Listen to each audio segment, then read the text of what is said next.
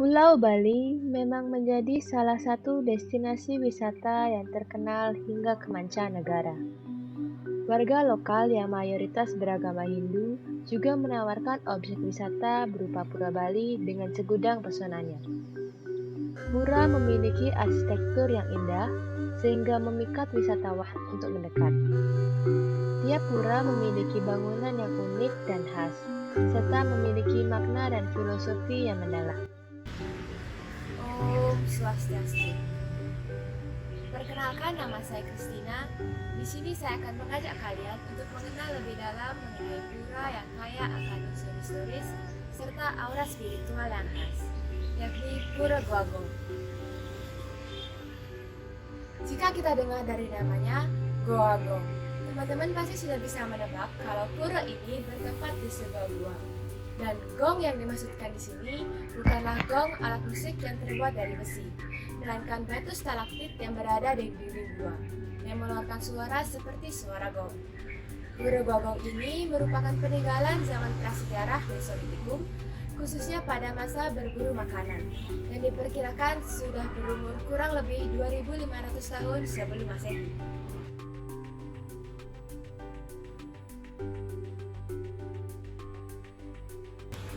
Pura Goagong ini erat kaitannya dengan jejak sejarah perjalanan Dhamyang Wirata, sehingga dibangun pelindung untuk mengingatkan kita akan jejak sejarah dan perjalanan beliau. Beliau merupakan orang suci yang dikenal dengan gelar Ida Pendanda Waulalu atau Dhamyang Wijendra. Beliau sempat menginjakkan kakinya di tempat Pura Goagong ini berdiri. Konon, berawal dari perjalanan suci Dhamyang Wirata, di mana ketika itu beliau sedang melakukan yoga samadhi di Pura Uluwatu. Tiba-tiba mendengar suara gong yang mengalun-alun dari kejauhan. Beliau pun tergerak hatinya untuk mencari tahu sumber suara gong tersebut, yang berasal dari arah timur laut Kangin Kaje, melewati hutan dan juga tegalan. Di tengah perjalanan, beliau bertemu dua ekor naga yang berwarna kuning dan merah. Naga tersebut melintang di jalan seolah menghalangi perjalanan Dhamyang Wirata. Ternyata dua ekor naga tersebut adalah wujud dari raja dan ratunya Wong Samar. Dahulunya mereka adalah ular gaib penghuni wilayah tersebut. Setelah ratusan tahun bersemedi, akhirnya mereka bisa mendapatkan wujud naga. Namun masih belum ada yang berkenan untuk menyumpat mereka.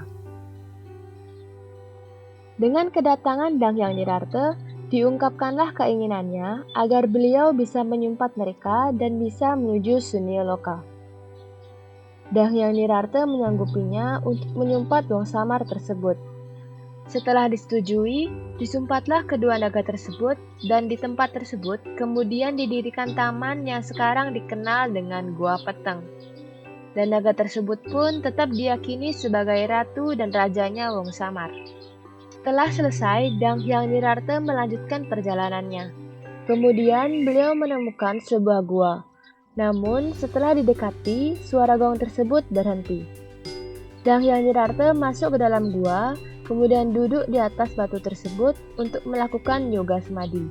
Di tempat tersebut kemudian muncullah air berwarna-warni.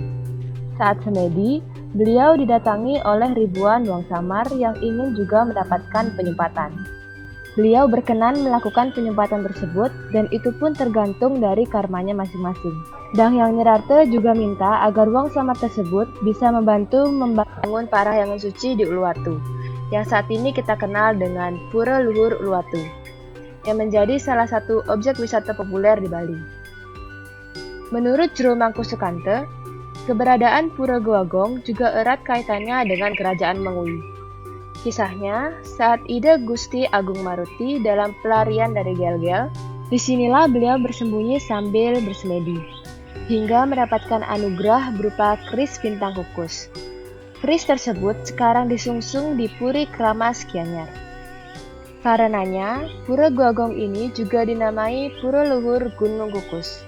Tak heran jika Pura Goagong ini juga awalnya diempon oleh Raja Mengui, namun kemudian diserahkan kepada Raja Badung. Seperti latar belakang sejarah dari berdirinya Pura Goagong tersebut, pura ini sebagai tempat pemujaan Dhamyang Wirata, Namun demikian, masih ada sejumlah pelinggih lainnya di sini, seperti pelinggih untuk ancangan Ide Betara di Gogong. Uniknya lagi, di kawasan pura terdapat pelinggih Ratu Mas Manik Subandar dan Dewi Kwan Im.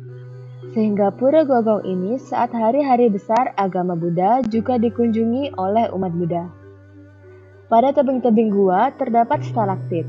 Pada stalaktit tersebut menetes air yang juga sebagai sumber air suci atau tirta. Ini adalah fenomena unik yang dimana gua yang berada di Bukit Kapur yang tandus dan gersang, namun di dalam gua selalu ada tetesan air yang keluar dari dinding gua. Dan tirta tersebut dikenal sangat berkhasiat sehingga diyakini warga sebagai tempat untuk memohon kesembuhan, dan memang terbukti banyak kejadian dan cerita seputar khasiat dari air suci di Pura Gogong tersebut. Yang diyakini warga sampai saat ini, Pura Gogong juga sebagai tempat memohon agar anak-anak bisa berbicara, mulai dari anak umur 2-5 tahun. Bahkan ada yang sudah remaja memohon berkah untuk kelancaran berbicara. Piodalan atau Pujo Wali di Pura Gogong setiap 6 bulan sekali bertepatan dengan hari Soma Ribek atau Soma Pon Wuku Sinta. Pada saat piodalan berlangsung, konon kerap suara gong tersebut mengeluarkan bunyi secara gaib di pura ini.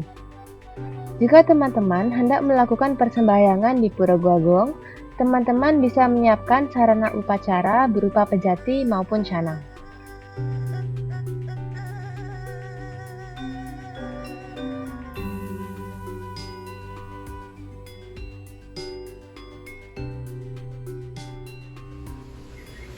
Pura ini memiliki beberapa pantangan atau larangan yang harus kita patuhi. Perlu diketahui, setiap hari Rabu pura ini ditutup. Dilarang memasuki area gua, walaupun bertepatan dengan hari besar agama Hindu. Karena diyakini pada hari Rabu merupakan hari bersemedi dan yang dilarang. Jika hal itu dilakukan, maka akan ada hal-hal aneh yang menimpa warga. Selain itu, ketika memasuki area gua dilarang menggunakan alat sakti. Ibu hamil dan juga menyusui dilarang memasuki area gua. Jika teman-teman ingin lunas air suci atau tirta, gunakanlah bahan-bahan yang terbuat dari kaca. Dilarang menggunakan bahan-bahan yang terbuat dari plastik. Kawasan Pura Gogong juga dianggap memiliki aura mistis yang dihuni oleh banyak wangsaman. Jika teman-teman kebetulan lewat depan pura ini, bunyikanlah klakson kendaraan sebagai tanda permisi melintasi kawasan suci ini. Sekian yang dapat saya sampaikan mengenai Pura Suci Gogong. Besar harapan saya agar teman-teman dapat memetik manfaat dari adanya video ini. Terima kasih telah menonton dan Om Santi Santi Santi.